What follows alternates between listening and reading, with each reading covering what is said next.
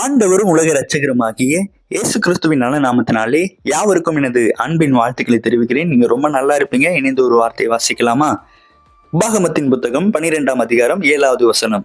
அங்கே உங்கள் தேவனாகிய கர்த்தருடைய சந்நிதியிலே புசித்து நீங்கள் கையிட்டு செய்ததும் உங்கள் தேவனாகிய கர்த்தர் உங்களை ஆசீர்வதித்ததுமான யாவுக்காகவும் நீங்களும் உங்கள் குடும்பத்தாரும் சந்தோஷப்படுவீர்களாக.